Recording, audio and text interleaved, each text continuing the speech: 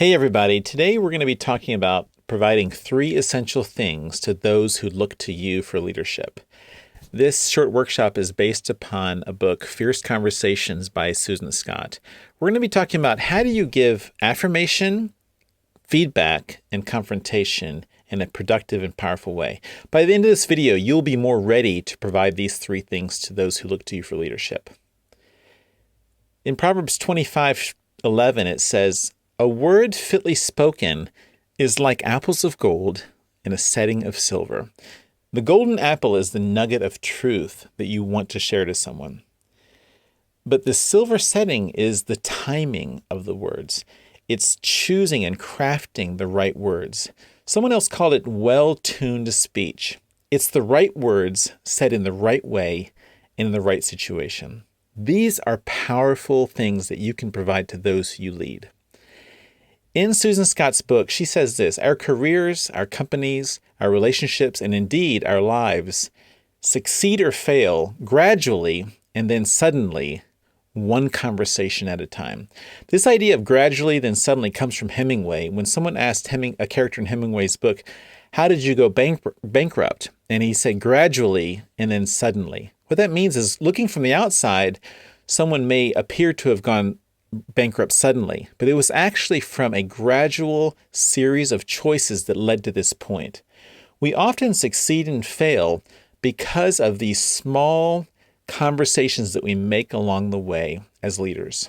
I want you to think back to the best affirmation or feedback you ever received. It probably changed your life. We want to think today about how to provide that to other people.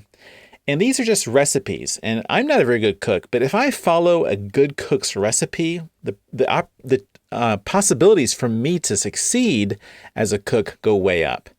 If you don't feel confident in having these conversations, follow along with these recipes until you are confident. Let's look at the first one, the one that everyone likes to do, of course, and that is affirmation, the most fun. Let's look at a typical affirmation. "Stefan, wow, you did a great job. You're amazing. I appreciate you. How do you feel about this affirmation? What's lacking? What would make it better?" Well, you may mean well in giving affirmation like this, but a few things about it. One, it's vague, it's very generic, and it feels a bit cliche. It's not likely to really affirm Stefan's specific behavior. Let's look at a recipe on how to improve this. First, talk about when and where. Set the stage.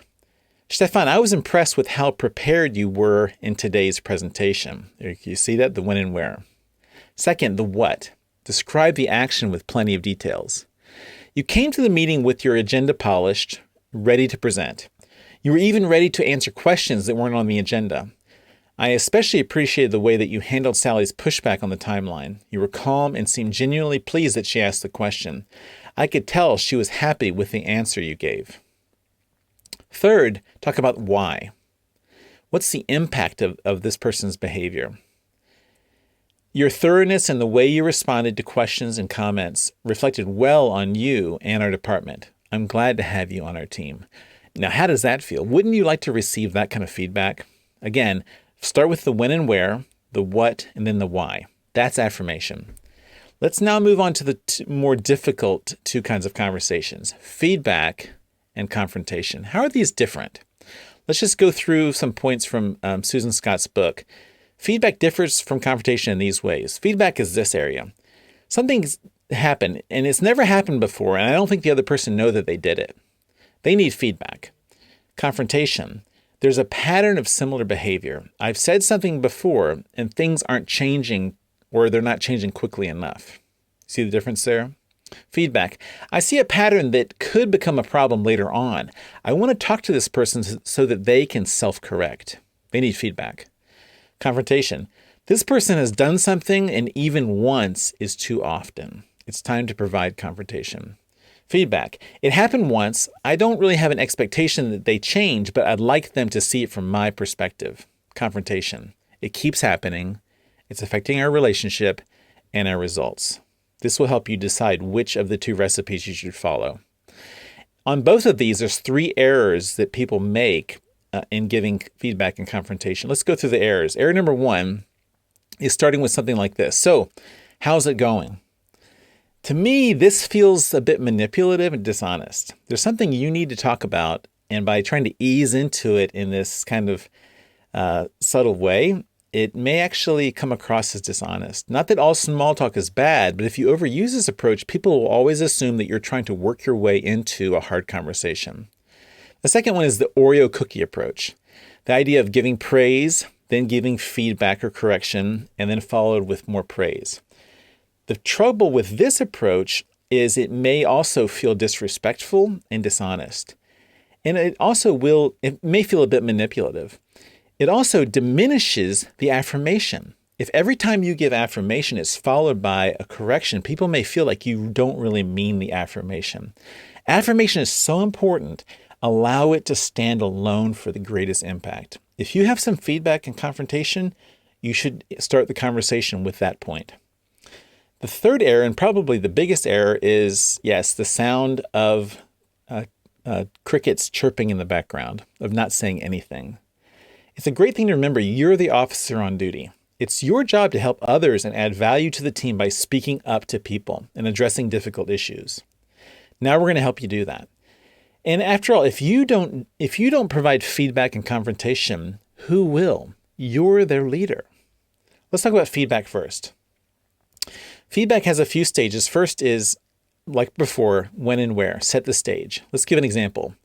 Carl, I want to give you the benefit of something that I saw that you may not have seen. This morning at the staff meeting, when Elsa was talking about the project, okay, that's the when and where. Provide the what. I noticed that you were on your phone. That's the behavior. Next is share your impression and your concern. It gave me the impression that you weren't interested in what she was talking about. It's important that our meetings are a respectful place. I was surprised that you seemed to be distracted. Last, invite exploration and interaction. Lean in with curiosity. Can you tell me what was going on? I'd like to hear your perspective on this situation. It's a great thing to remember.